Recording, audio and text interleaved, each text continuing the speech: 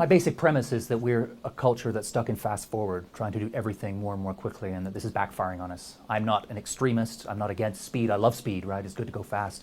This slow philosophy with a capital S is about doing things at the right speed.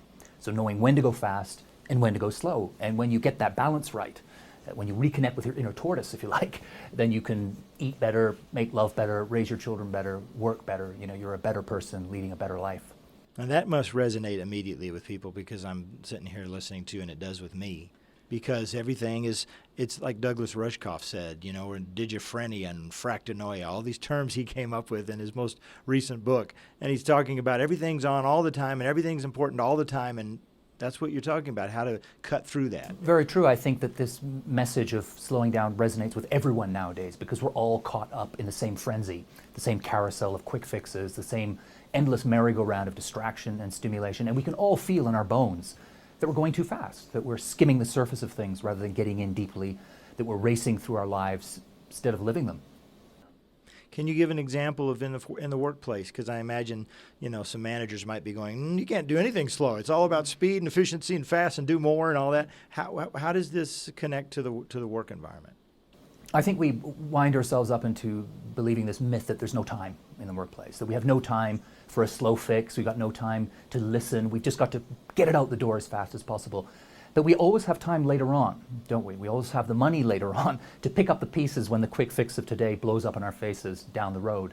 And what I'm saying is, why don't we just reverse that equation and invest the time, the energy, and the resources now to slow things down a bit, to listen to coworkers, to build trust, build relationships, all that stuff that will deliver better workplaces, will deliver better creativity, better ideas, so that we have a better payoff in the medium and the long term. So it's I'm hearing maybe some quality over quantity stuff in there, and also I think about, you know, the whole simple movement, simplifying some things. I mean, is there some correlation to that as well? If you draw a Venn diagram, in the middle there's an overlap with democracy and freedom in the workplace, the kind of simplicity movements, making things more simple, slow or flow, people will talk about it. It's really boiling down to the same thing, which is living and acting in a human way, you know, making those deep connections, being present, being mindful, doing things as well as possible instead of as fast as possible. Is some of it about, it's qualitative decisions and choices about what I'm doing with my time too? Because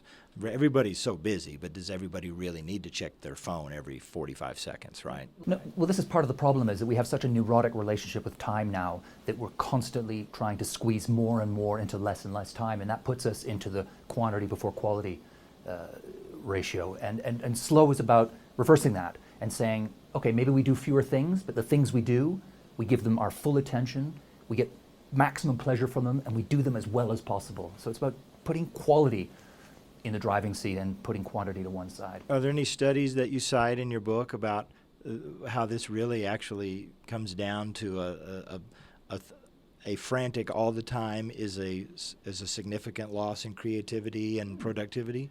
Well, we know from the latest neuroscience that when we are in a relaxed state, we're feeling mellow and we're not rushed, we're not under too much time pressure, the brain waves move around in the head in more rich, more nuanced patterns, and we get that creative eureka breakthrough thinking. And we all know that from experience. You know, our best ideas seldom come when we're juggling 9 emails or racing to meet a deadline with a boss breathing down our neck. They come when we're soaking in the bath, you know, or walking the dog in the park. And psychologists actually call that slow thinking. What kind of reaction are you getting from business leaders? Well, when I first started writing about this subject, I thought that it would be carnage, you know, from the business community. It would be blood on the floor. But right from the moment my first book, In Praise of Slowness, came out, it was the opposite. I was hearing from the type A corporate warriors, people who are on the front line, who realize, they know every day they live this, they know that there's too much speed in the system, that they don't have time to reflect, they're only reacting, they don't have time to think deeply, they're just skimming the surface. And so it's the people who maybe 15, 20 years ago perhaps weren't moving so fast, who are now, when it comes to speed, have reached the stage of diminishing returns. So it's CEOs, it's consultants, it's the people who are the fastest, who are saying, I need this. This has an echo in my own life. How can I personally start to bring this slow philosophy to bear in my own existence? How can I find my own inner tortoise? I think that we're on the cusp of a cultural revolution in the way that we run our society and our culture, but also our companies and our organizations. And we're moving away from that top-down, command and control, fear-based model to something more fluid, something where the world is flat, something that takes stock of people not as widgets or as automatons or as